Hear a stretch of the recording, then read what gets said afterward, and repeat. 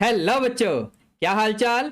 This is OP Gupta, your math mentor on this beautiful channel of yours, that is Mathematica by OP Gupta. So I welcome you all to a brand new session of case study type questions in which we are doing chapter wise case study questions. तो आज का case study type question कौन से topic पे होने वाला है, ऊपर देखिए आ चुका है। तो चलिए जरा मैं आपको लेके चलता हूं। यहां पर इस क्वेश्चन को देखते हैं। बहुत ही सिंपल क्वेश्चन है, प्यारा सा, आप लोगों ने कई बार सॉल्व किया होगा। नॉर्मल ट्रेडिशनल क्वेश्चन है ना। कॉर्नर से रेक्टेंगुलर शीट है या स्क्वायर शीट है, उसको कॉर्नर से कट करना है, स्क्वायर वहां से कट करना है, उसको फोल्ड करना है, फ्लैप्स को फोल्ड करके बॉक्स बनाना है, उसका वॉल्यूम या कुछ भी आपसे मैक्सिमम या मिनिमम करने के लिए बोलता है, मैक्सिमम करने के लिए बोलता है।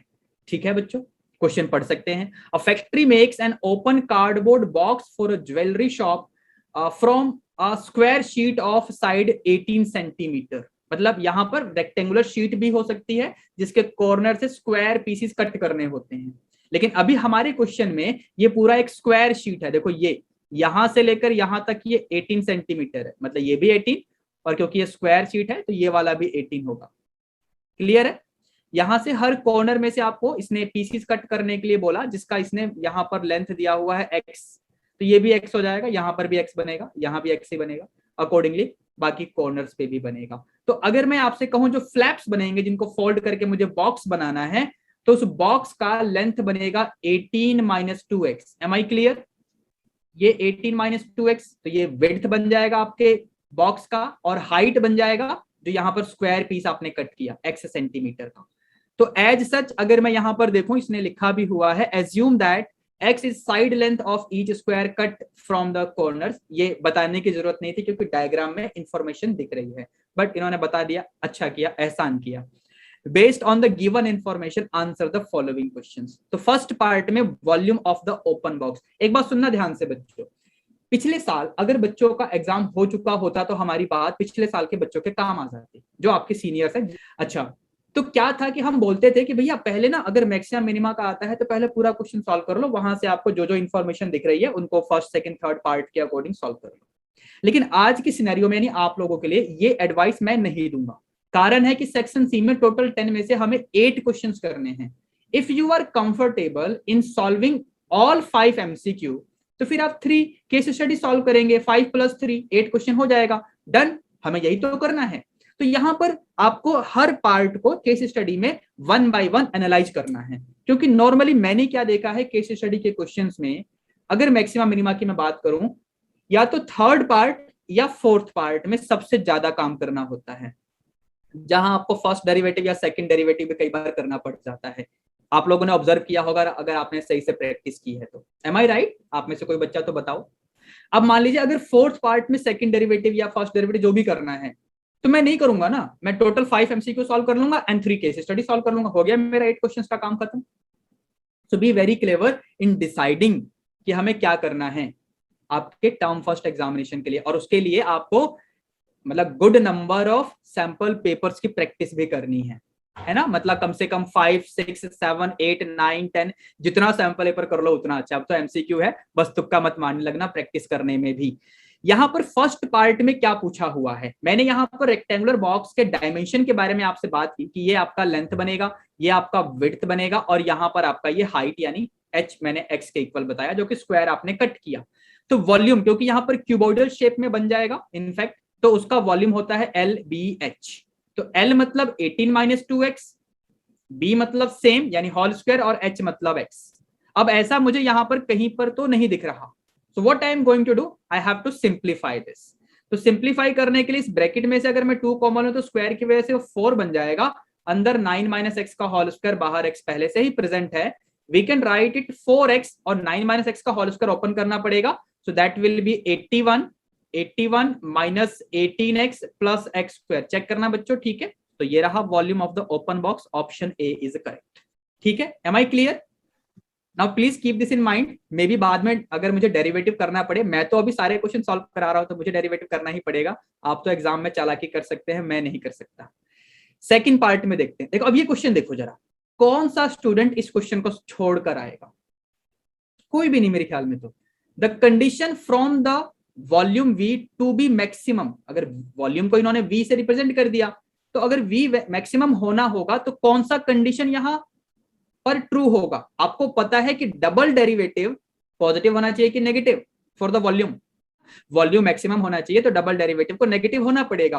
तो देखो डबल डेरिवेटिव नेगेटिव कहां पर है? यहां पर एक ही ऑप्शन में दिख रहा है मुझे, तो बाकियों को मैं एनालाइज भी नहीं करूंगा। इनफैक्ट ऑप्शन ए में फर्स्ट डेरिवेटिव की बात भी की गई है, बट जैसा कि मैंने कहा कि सेकंड डेरिवेटिव ही मेरी हेल्प कर रहा है, तो बाकियों के पास मैं क्या करने जाऊं? होता क्या है कि डबल डेरिवेटिव कहां पर लेस देन जीरो होता है? तो डबल डेरिवेटिव क्रिटिकल पॉइंट पे लेस देन जीरो होता है। और क्रिटिकल पॉइंट कैसे निकालते हैं? फर्स्ट डेरिवेटिव को जीरो के इक्वल रख के। ऐसे ही होता है ना बच्चों, जैसे फर्स्ट डेरिवेटिव को जीरो के इक्वल रखा, यहां से सॉल्यूशन करके आपने एक्स की वैल्यू निकाली, मान लो एक्स की वैल्यू सी आ गई, क्रिटिकल पॉइंट कुछ भी आ गया है ना, कोई नंबर आ गया, फिर आपने डबल डेरिवेटिव किया, उसमें आपको ये पॉइंट डालना होता है। कैलकुलेशन आप कर सकते हैं या फिर रफली आप माइंड में इन चीजों को कर सकते हैं ताकि आप श्योर रहें कि आपका आंसर बिल्कुल ठीक आ रहा है, क्योंकि ये पेपर एमसीक्यू टाइप का है। Steps will not matter at all. तो ये आपका लेस देन जीरो अगर आ जाता है तो आप बोल देते हैं कि volume is maximum at X equal to C. अब मतलब फर्स्ट डेरिवेटिव जीरो रखकर ही तो हम एक्स की वैल्यू निकालते हैं, जो कि मैंने यहां पर सी बोला क्रिटिकल पॉइंट। तो मतलब फर्स्ट ऑप्शन में जो भी बातें हैं बिल्कुल सही हैं, हालांकि मैंने तो इसको देखकर ही डिसाइड कर लिया था। ये जो आपका नेगेटिव दिख रहा है double derivative, option A is correct. ठीक है, सेकंड पार्ट भी हुआ। कोई इसको छोड़कर आएगा इस क्वेश्चन को? सेकंड पार्ट तो सबसे पहले करेंगे, बिना क्वेश्चन पढ़े हुए भी हम इसको कर लेंगे। मतलब ऊपर जो इतनी सारी कहानी लिखी हुई थी, लेंथ विड्थ कैसे निकालना है, वो सब छोड़ो, सेकंड पार्ट डायरेक्टली आंसर नहीं। चलिए थर्ड पार्ट को देख लेते हैं। तो यहां पर क्या है? What should be the side of square to be cut. अब देखो यहां पर जो साइड ऑफ स्क्वायर जो आपने कट किया है ना, उसकी वैल्यू पूछिए, यानी एक्स की वैल्यू पूछिए ताकि वॉल्यूम मैक्सिमम हो। अब यहां पर हमें काम करना पड़ेगा, डेरिवेटिव करना पड़ेगा। ठीक है, तो वॉल्यूम को लेकर आते हैं जरा, मैं एक बार आपको दिखा देता हूं वॉल्यूम क्या था। एक काम करता हूं, यहां पर सिंप्लीफाई कर लेते हैं जरा, इसको डेरिवेटिव करने में आसानी रहेगी। 4 बाहर ही रखो, एक्स को अंदर भेज दो, तो it will be x cube minus 18x² plus 81x। Clear है बच्चों? याद रखना वरना गलती हो जाएगी। X cube minus 18x² plus क्या था? एनीवे बादाम नहीं खाना है, ठोकरे खानी है। लाइफ में ठोकर खाओगे तो आगे जरूर बढ़ोगे। डीवी अपॉन डीएक्स कर लेते हैं। डबल डेरिवेटिव मैं निकालूंगा, तुम्हें क्या लगता है मैं निकालूंगा डबल डेरिवेटिव? मतलब मैं आपकी जगह एग्जाम हॉल में बैठा हूं तो बोलो, इस क्वेश्चन में क्या मैं डबल डेरिवेटिव निकालूंगा? मैं तो नहीं निकालने वाला, क्योंकि मुझे पता है यहाँ पर ऑब्वियस चीजें होने वाली हैं। ऑब्वियस चीजें मतलब डबल डेरिवेटिव नेगेटिव ही आने वाला है। हाँ, अभी मैं आपको समझाते हुए निकाल के दिखा दूंगा, that is a different thing. लेकिन चलो, यहां से मैंने 3 कॉमन ले लिया है बच्चों, सो दिस विल बी, एक बार चेक करना फैक्टर वगैरह, आप मेरी अगर हेल्प करना चाहो तो कर सकते हो। फैक्टर क्या बनेंगे भाई? हाँ, मैंने 3 कॉमन लिया बातों बातों में इसको मैंने। तो यहाँ पर x-3 और ये x-9, ठीक है ना? तो यहाँ पर फर्स्ट डेरिवेटिव को तो हम जीरो रख ही देंगे। इनफैक्ट डबल डेरिवेटिव निकाल के यहाँ रख लेते हैं, मेंटली हम थोड़ा सा कैलकुलेशन कर लेंगे आपकी सेटिस्फेक्शन के लिए या हमारी अपनी सेटिस्फेक्शन के लिए कि हमने अभी तक कुछ भी गलत नहीं किया है। 2x - 12 आ जाएगा। यहां से हम x की वैल्यू जब फाइंड कर रहे होंगे तो x की वैल्यू 3 आ रही होगी, फर्स्ट डेरिवेटिव को जीरो के इक्वल रख के, एंड 9। x की वैल्यू 9 अगर हम ले लेंगे तो क्या प्रॉब्लम आएगी? हम स्क्वायर को देखते हैं फिर से। अगर x 9 हो जाएगा तो बेसिकली तुमने यहां से देखो, यहां से भी 9 कट कर दिया, ये भी 9 कट कर दिया और यहां से भी 9 कट कर दिया, और ये तो आपने घनघोर पाप कर दिया, राइट? तुम्हारे पास वो स्क्वायर शीट ही नहीं बचेगा। तो इसका मतलब x = 9 can not be taken, so x = 3 is the only possibility. तो x = 3 यानी यहां पर देख सकते हैं ऑप्शन सी इज करेक्ट। ठीक है बच्चों, इसको डबल डेरिवेटिव में एक बार क्रॉस चेक करके देख लो, मेंटली कैलकुलेशन कर लो, आपको पता चल जाएगा। B fast. 2 × 3 यानी 6 - 12, नेगेटिव का आएगा, नेगेटिव इंटू बाहर एक 12 यानी पॉजिटिव, वो नेगेटिव ही रहेगा, कोई प्रॉब्लम नहीं है। मैंने एक्चुअली कैलकुलेशन नहीं किया, रफली आइडिया लिया कि वो नेगेटिव आ रहा है double derivative eight critical point, yes और नो।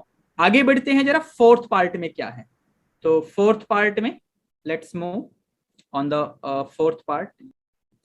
फोर्थ पार्ट, अब maximum volume of the open box भी पूछा है।